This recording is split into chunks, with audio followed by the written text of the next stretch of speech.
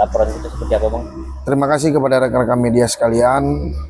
Hari ini kami dari Laopis Romi Agustian Tampu Bolon SHCPM dan Laufilm RAT perlu menegaskan di sini kami telah membuat laporan secara resmi ke Propam Mabes Polri di mana pertanggal 14 Januari 2025 di Jakarta kemarin, yaitu tentang dugaan kriminalisasi hukum terhadap klien kami, yaitu saudara Heriansa Pasaribu, di mana ada dugaan yang sangat menonjol, yaitu sangat mengkhawatirkan bagi klien kami, di mana klien kami ditersangkakan terhadap kasus penipuan dan penggelapan.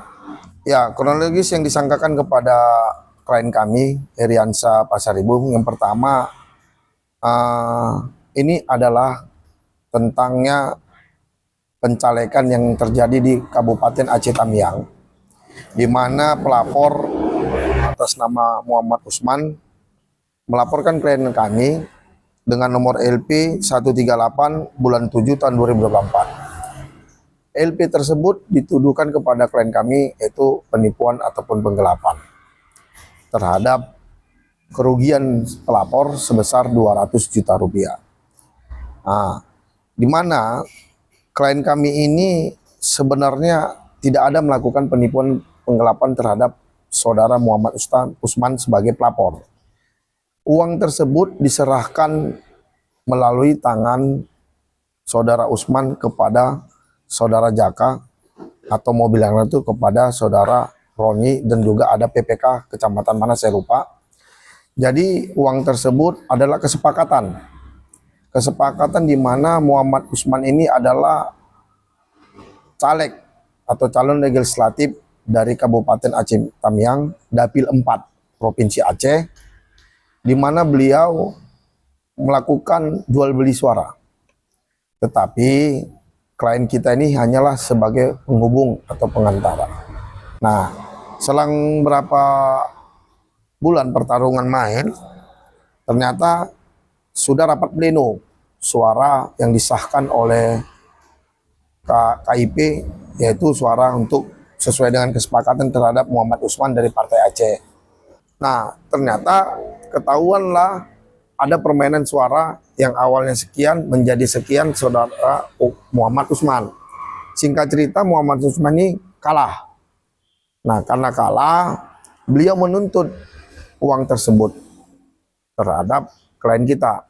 Nah, klien kita disodorkan sama saudara Usman satu buah kwitansi yang isinya tak ada tapi nilainya ada 200 juta. Tanggalnya saya lupa kwitansinya. Nah, jadi saudara Usman ini membuatlah laporan ke Polda Aceh dengan alasan penipuan dan penggelapan, dengan cara buktinya yaitu kwitansi tadi. Nah, kwitansi yang diterima difotokopi oleh klien kita jauh berbeda dengan kwitansi yang sudah ada di Polda Aceh, antara fotokopi dan asli. Di aslinya sudah ada di situ keterangan saksi-saksi dan ada penambahan kata-kata penitipan uang. Sementara di fotokopi tidak ada, kira-kira begitu.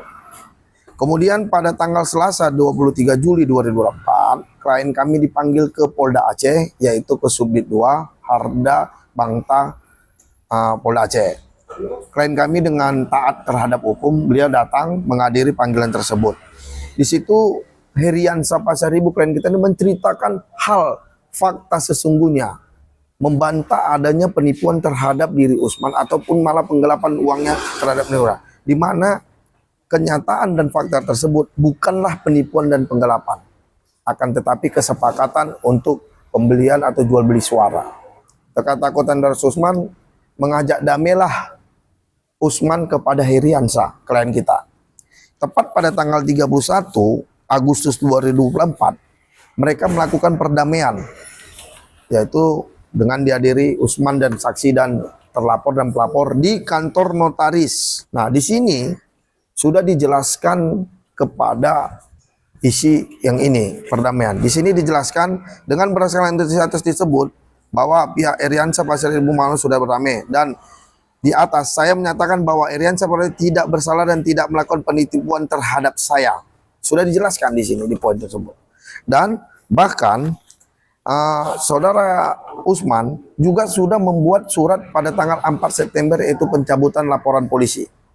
Laporan polisi itu di tanggal 4 September di mana ditujukan pada Dirkrimum Polda Aceh untuk pencabutan LP 138. Nah, akan tetapi pada saat dia ke Polda Aceh ketemu penyidik, ada dugaan tentang administrasi pencabutan laporan.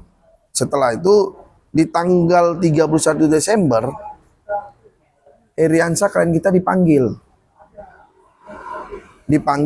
dan di sini di WA-kan oleh kanitnya sebagai tersangka, diundang kepada tanggal 6 Januari 2005. Alangkah kagetnya, alangkah bingungnya klien kita, di mana dia ini kita duga telah terjadi kriminalisasi hukum terhadap diri klien kita. Karena klien kita kan sudah berdamai dan atas saran penyidik. Yang kedua, sudah dicabut laporan. Kenapa di tanggal 31 Desember dan diundang tanggal 6 Januari diundang sebagai tersangka? Ini sudah sangat-sangat merugikan klien kami karena perkara ini bukan penipuan dan penggelapan. Dan satu lagi, ini sudah berdamai dan sudah dicabut laporannya, tetapi karena proses uang tersebut ataupun administrasi pencabutan tidak terrealisasi, klien kami dijadikan tersangka. Untuk Kapolri, kami juga minta dan Karo Wasidik untuk minta supaya kasus ini diberhentikan untuk di SP3 dan tersangkanya dihapuskan.